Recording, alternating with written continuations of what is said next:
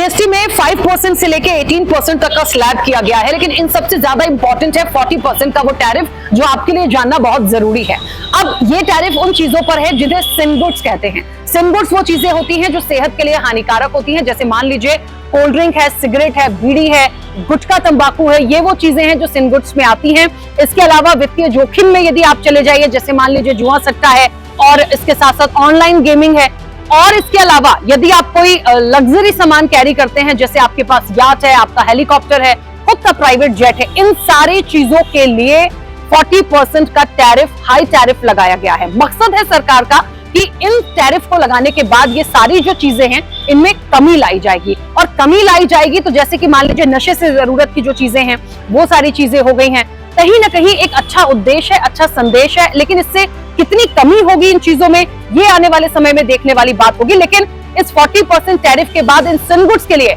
आपकी क्या राय है, कमेंट करके हमें बताइए, और अपडेट्स के लिए बने रहिए स्वदेश न्यूज के साथ।